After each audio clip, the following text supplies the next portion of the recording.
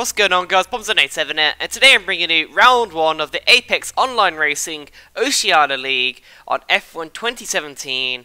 This is pitting the best of the Australian side of AOR against each other, on the Xbox One side anyway.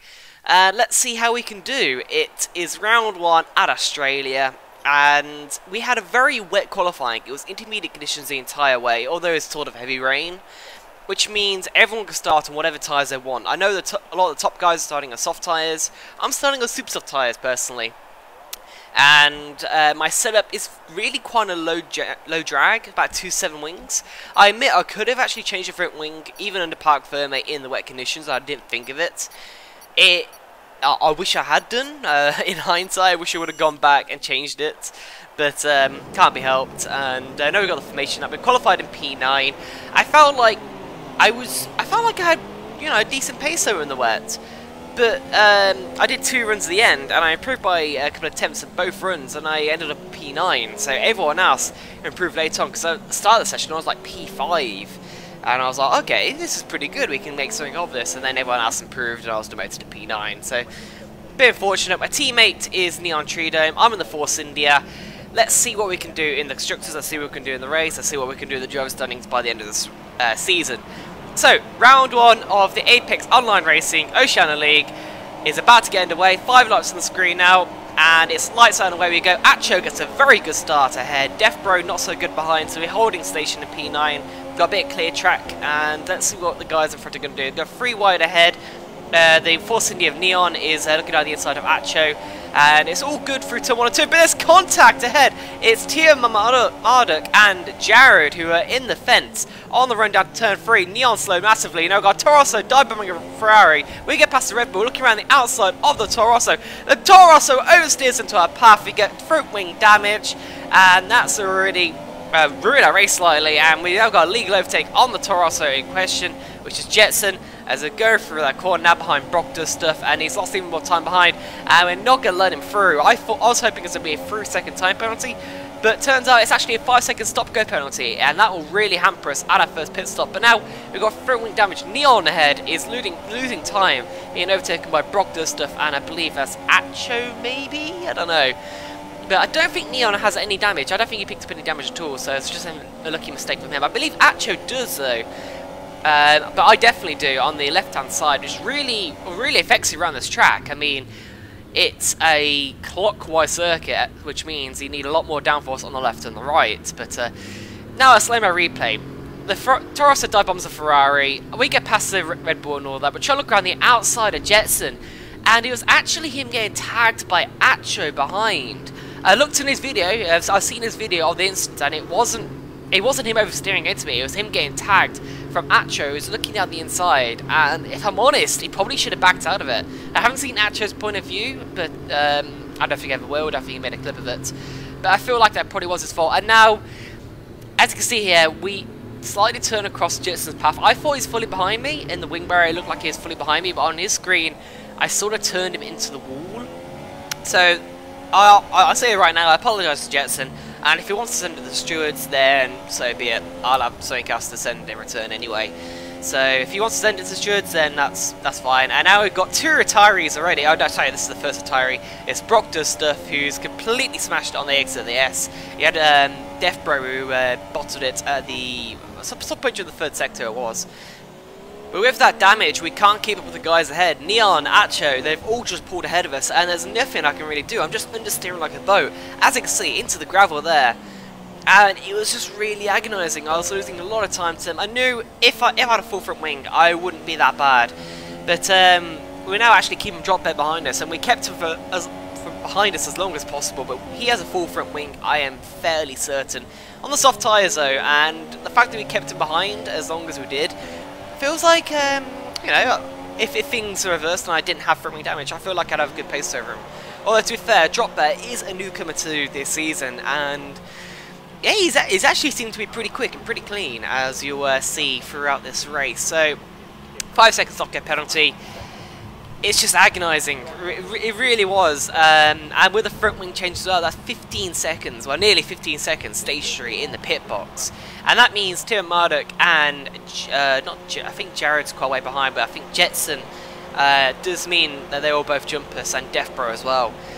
Without that 5-second time penalty, we would have actually been right on the back of them, so it would have been really interesting, and I would have had, well, a bit more entertaining highlights from now on, but nothing really I could have done about that. But the grip, with the change in the front wing, is just so much better, and that's another bottler. That was Death Bro finally bottling it for real into the wall on the S, just like Brock's stuff did. So Balban claiming a lot of people so far in this race, which is quite unfortunate to see, but it does mean we actually get guaranteed points if we finish for today.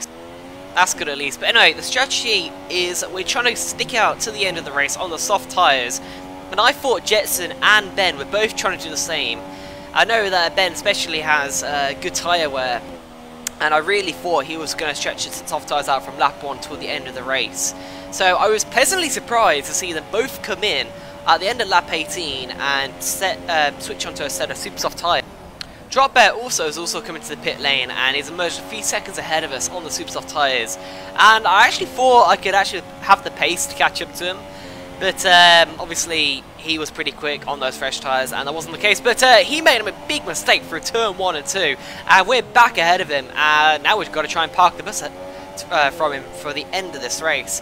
I was hoping that Drop Bear would actually hold up Team Armada quite a bit more than he already has, but Ben got past very easily, and that means at the end of that lap he's right in the back of me. As my tyres are really struggling at this point in the race, my tyres are just sort of dropping off, and the super soft on Ben's was working a lot better. To this point I thought to make the race a little bit more entertaining, I'll defend from Ben and not make it easy for him. I know he was hoping for an easy overtake, but I just wanted a little bit of action, a little bit of fun, and, you know, star in his video a little bit, I guess. But I feel like it was all pretty clean defending, but I knew it was only a matter of time for Ben to get past.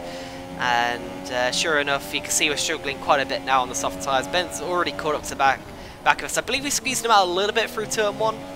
There was only a little bit of wheel and contact. I don't think it was anything serious, but a bit of oversteer out of that corner, and we're defending the inside, but Team Armada's looking around the outside and lock up from him. But it's a very nice move. We're leaving room on the exit, and that's a great move from him, gotta be said. And he's weaving, classic. I'm pretty sure it's in celebration rather than rage towards me, but yeah, who knows. And now we sort of got caught up behind him in the dirty air through that left right. That's Drop Bear all over the back of us once again, which isn't great. We've got a lot of parking the bus to do but before the end of this race, and we get, once again, loads of oversteer out of that corner. We defend the inside. Drop Bear was trying to look for the inside line there, but I wasn't going to let him have it, and we fight him off for another day there as we miss the apex, just really struggling for grip.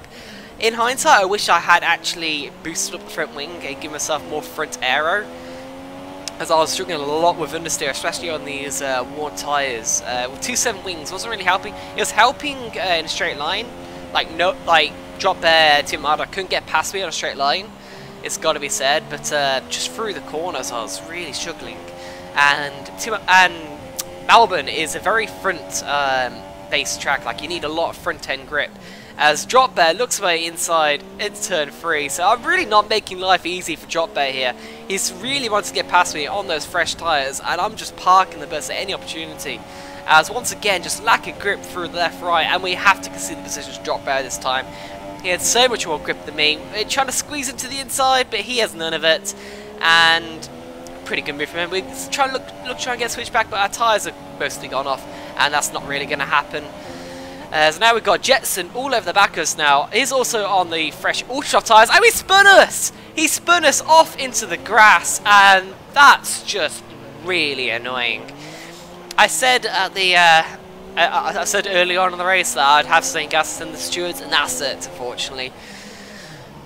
He said in his video that I was on the right and I moved towards the left, but you see on my screen in it, I was on the right to give him plenty of room, and I had to go some point back to the left to try and take the next corner. But he had the whole track, so I sort of don't know what he's expecting there. But I think he apologised to me after the race, but it's really cost me. And I found out that, screw it, just go on to the ultra tyres and have a blast towards the end. I knew I was in last place. I know there's only a slim chance I get past Jared ahead. I was thinking maybe he has loads of penalties. I feel like if I stayed on the soft tyres, I would have had enough space to him to stay ahead of him and keep P9, but oh well. And as you can see, I was on the right hand side of the track. I was up against the curb. I couldn't have given more space if I tried, and I think he just sort of Verstappen understeered into me, which is kind of frustrating. And now on lap 27, fastest lap of the race. Well, my fastest lap of the race, I mean, personal best. We couldn't get purple, unfortunately. I believe Warden ahead is on the soft tyres, and he set a lap time was only a tenth faster than us. But we tried chasing down Jared. I believe we gained like 5-6 seconds in those closing 5-6 laps.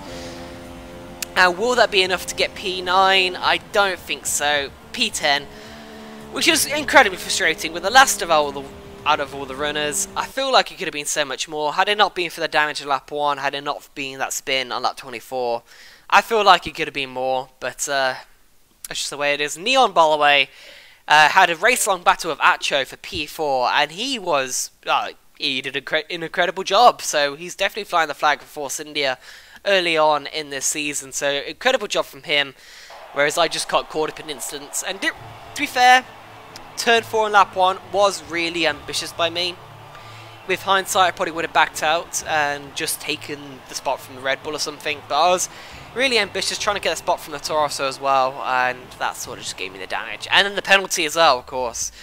So, bitterly frustrating. And actually, if you look at my timer screens, I got 11 seconds. See, what I got was a glitch where it added 5 seconds onto my race time for some reason, even though I didn't stop go during the race. So that actually means I finish ahead of Jared if you discount those 5 seconds, which is pretty good. So I'll take P9. I said this to Harry and he accepted. So I'll take P9, unfortunately for Jared. So yeah, still a really annoying race. Just really frustrating. And it was only the top 5 who escaped the without any damage or any collisions during that race. So good job from them. And Tim Marduk was the one who finished ahead. The first of the damaged people, I guess you could say. I said that completely wrong, but whatever. Hope you guys enjoyed that first race anyway. Sorry it couldn't be more. It was just a very unfortunate one. But I hope you guys enjoyed it anyway. Please smash the like button if you did. Please subscribe if you're new, and I'll see you guys next time for more. So see you guys then.